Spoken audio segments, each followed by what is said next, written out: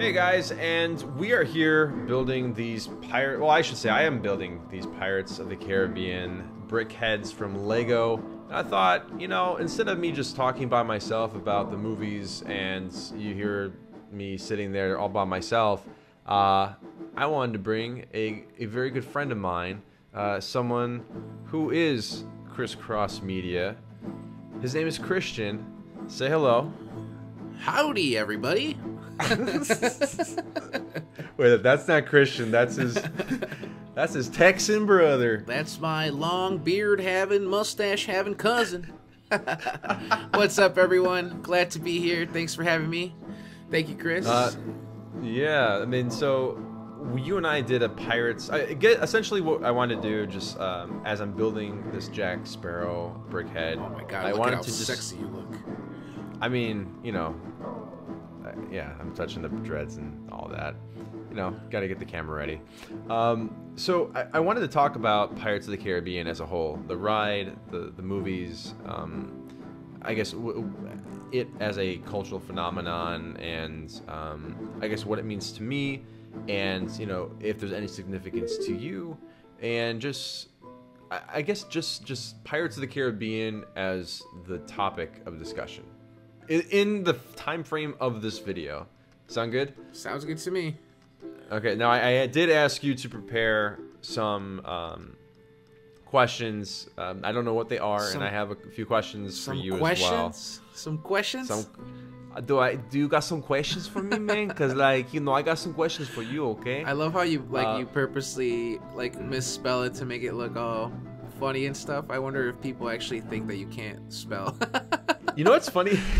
Oh yeah, I put less weeks questions. I often wonder if there is a foreigner that's watching our video, and they think that that's the proper. You know what that reminds spelling. me of? If you can, I'm pretty sure you can guess what that reminds me of. It was, what was it? Thank you, the housekeeping. Yes, it's pretty much what it is right there. It's paying homage to that Tankud. Tankud, the housekeeping. It's writing phonetically is fun. Yeah. It's like my favorite thing. All right, so let's talk about Pirates of the Caribbean. So we did a Pirates of the Caribbean themed month back in 2011, I believe it was. Yeah, 2011 for On Stranger Tides. That was the last Pirates of the Caribbean video that came. That was released, and it was a really fun month. And now we're celebrating the 5th Pirates of the Caribbean, Dead Men Tell No Tales, with this Pirates Week. Not a full month, but it's still a week.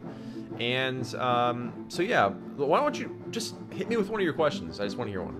All right, well, I came up with 6 questions. Some of them are a little crazy, but see how crazy you can get. I want to hear it. All right, well, I don't want to start off with the deep ones first, so I like it deep. Just do it. All right, well, I'm gonna start off with the first question I wrote down. Might as well. I wrote down, when we were kids, we all pictured pirates with an eye patch. Have you ever thought of what your life would be like if you couldn't see? If you got your vision just taken away? Like, how would your life be? Well, wow. I wasn't expecting something like this. Well, I had my grandfather on my father's side, he had a glass eye. And from what I understood is that you lose your entire depth of field. You don't have like that 3D effect when you see. So I would assume driving would be very difficult. I would assume picking up items would be kind of difficult. I feel like there's going to be a certain point where you get used to it and you just can tell. It's like when you play Mario 64 on the Nintendo, that you don't have that depth of field, but you can kind of just judge it. So I think that I think your whatever eye is the one that's good. It will overcompensate. But fun fact, on MythBusters, they actually were saying that the reason why pirates wore eye patches was that they would have one eye already adjusted to the dark. So when you would go into a dark space like a cave or a house, or you're you know, have to quickly go from light to dark, you would switch the eye patch over to the eye that was exposed to the light, and your eye that was in the eye patch is already adjusted to the dark. Isn't that a fun fact? Oh yeah, that's right. I did know that. I just totally didn't even think of that when I was writing down that question, but I just wanted to get a little, you know, a little philosophical or something, you know. I appreciate it. Because honestly, like losing my eyesight is one of my biggest fears. You know, really I is. wear contacts, glasses. I've had eye problems since I was, since I can remember. So that's always something I think about. Like, I don't know what my life would be like if I couldn't see. You know, it's definitely one of those things that you take for granted. And I know, you know, pirates only have one eye patch, supposedly. Like, you know, growing up, we thought, you know, they're missing an eye. But I just wanted to see how you think your life would change if you couldn't see at all. You know, like, just being that, you know, you love movies, you're editing videos, like, you're constantly using your vision. It's just kind of like, man, if you lose that, like, it would be horrible. Yeah. You can only listen to ChrisCross videos. You couldn't even watch them. Exactly. And that's half the fun. You're missing half the fun. It is. So I will say this. So Mike, I guess one of my questions to you, and I guess this is also open to everybody that's watching. 6 years ago, when we had our Pirates Month, I introduced you to the series, and you came into it very fresh, and you watched all, at that time, 3 movies, and then we saw the 4th one in theaters. The 5th one comes out, and you're gonna see it, and all that. When you initially watched the series, you said, I asked you what your favorite one was, and you said it was the 3rd, At World's End. I don't know if you've had any repeat watchings of the movies since then, or if you have since watched it and you have a different opinion on one of the films. One, if you remember, what did you like about At World's End the most? And yeah, I guess, has that changed since way back when? Very good question. Well, I think at the time I must have been like on a movie high. You know, when you go in there and you're like, I just saw the best movie ever. And it's funny because like that's like an inside meme, like within like a small circle of my friends and my girlfriend. It's just like, oh man, back in like, you know, the ChrisCrossMedia days, you guys would go see a movie and Christian would always come back and be like, yo, that was the best movie ever, you know? Well, our reviews are always 5 stars out of 5. Yeah, so it's like, yo, does ChrisCrossMedia ever give bad reviews? You know, it's just like, yo, like that was the best movie ever. But you know, it's crazy, like I honestly do not remember the 3rd movie. And I think just because it's been so long, and I have done repeat watches, but they've only been of the 1st and 2nd ones. And just from what I can remember, I just love the 1st one. Like out of what I remember, like I think that's my favorite. Like from what I remember, you know, I'd have to rewatch them, but I just love how like funny it was. Like I was just constantly laughing, you know, and just watching the character development of Jack Sparrow, like, and then the chemistry between him and, you know, Orlando Bloom's character. It just made that movie for me, you know. But I definitely would have to rewatch all of them. I have to rewatch all of them before I go see this movie. So I can't wait to go on that tide. Yeah, you definitely have to watch them all. Especially, I will say, from what I know about the 5th, there's a lot tied to like the original trilogy, and a lot from the 4th one as well. There's things that do carry over, which is really cool.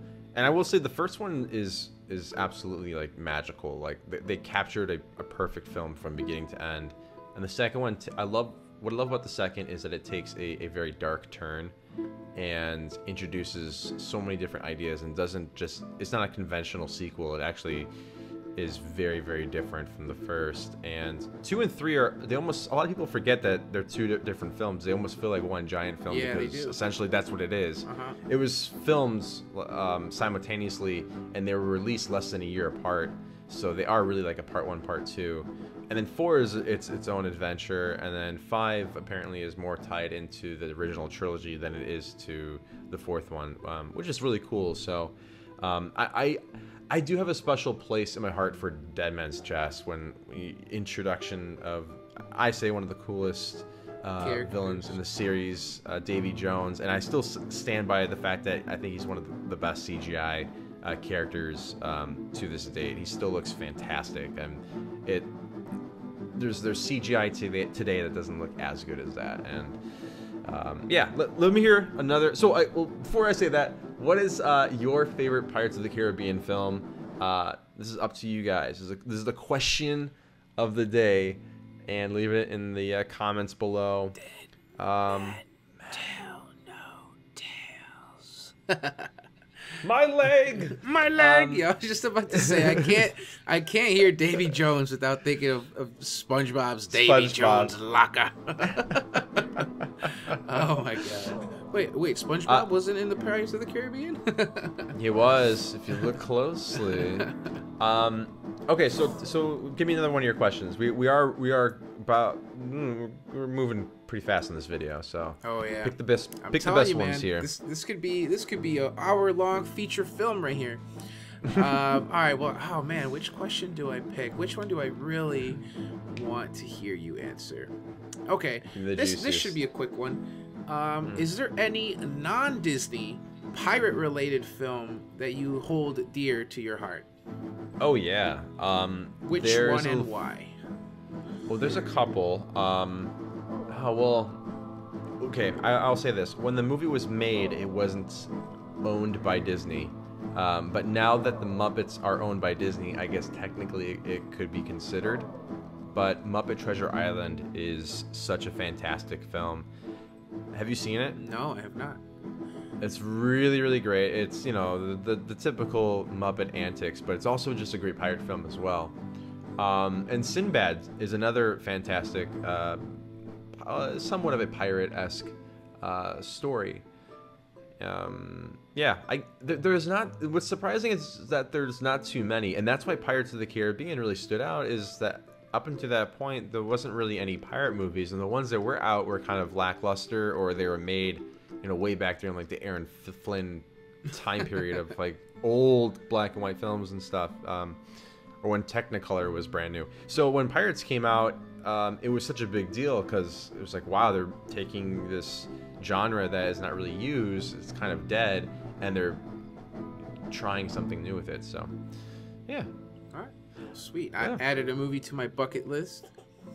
Yeah, Muppet Treasure Island, you should give it a try. It's pretty great, and there's a couple songs in there that are just so catchy that they get stuck in your head.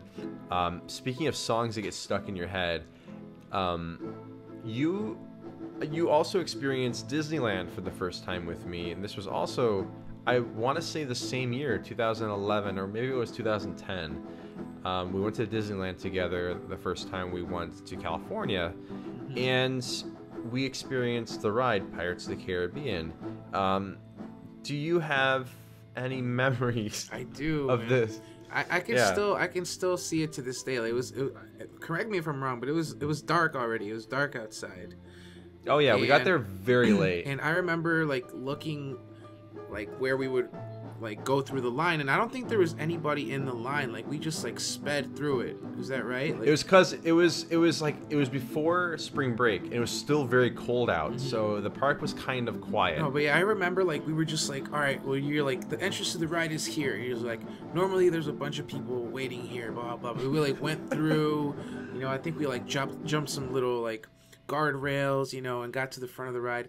But I just remember seeing like I believe it's like a little restaurant like across the little bay area. I remember seeing like Blue Bayou. I remember seeing like candles on the tables and like people having drinks, which at the time I'm like, I didn't even know what like alcohol was, you know, like. Oh no, there's no alcohol there. But they were, like to me, I thought they were like, you know, drinking, having a night out, drinking some wine and stuff like that. It seemed really fancy. Yeah.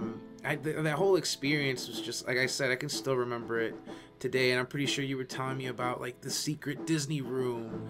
Like I remember seeing some light, and then Club 33. Yeah, is that right? Is that like near the same place? Yeah. Yeah. Yes. So yeah, like all of that, just the setting of it, going into that ride, and you know, I had like really high expectations. Because, you know, me, like, oh, you know, this is based on the movie. Like, that's what I was thinking. Like, oh, it's based on the movie. but like later on you're like, no, like this ride inspired the movie, and I was like, what?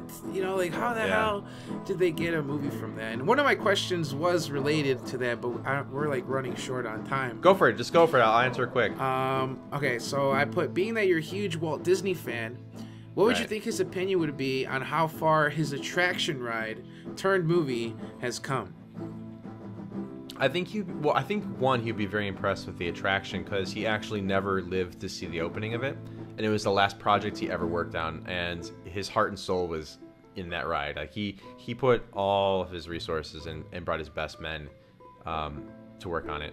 But I will say that I think he would love the movies, just because, like, especially the first one, it really calls back to like older, like style action, just the romance and the swashbuckling adventure and just that old timey style movie. But okay, I'm just gonna say it's over. We're done talking because the video is gonna wrap up. There's Jack. He's done. He looks great. These BrickHeadz are really great. Correct me if I'm wrong. Is Angus Maclane the originator of BrickHeadz? Was he the original? I'm not sure. I mean, we did get to meet him that one time. Yeah, and he was designing BrickHeadz. He's a Pixar director, and he did a bunch of Legos, and one of his claims to fame was doing BrickHeadz. You should tweet at him. Maybe he could get back to us. Yeah, that was back in the 2010. We went to the Star Wars celebration. Well, thanks again, guys, for watching this, and check out Pirates of the Caribbean: Dead Men Tell No Tales, and leave your reviews or your thoughts on the film down below. We're both going to check it out this weekend. Thank you for joining us for Pirates Week. Christian, anything to say? Where has all the rum gone? Okay, that's all you're going to say? That's all I have. Wow. Well, man, I'm just kidding. Thank you so much for having me on today. I learned a lot of cool things. To this day, I'm still learning a lot. So hopefully you guys enjoy the movie, and I'll see you guys in the comments section below. Thanks, man. Thanks for joining us, and have a good one, guys. I love you. Bye. Drive home safe. What's your name? We miss you. Me? Yeah. Oh, my name's Chris. My name is Christian. And you've just been crisscrossed. Peace out.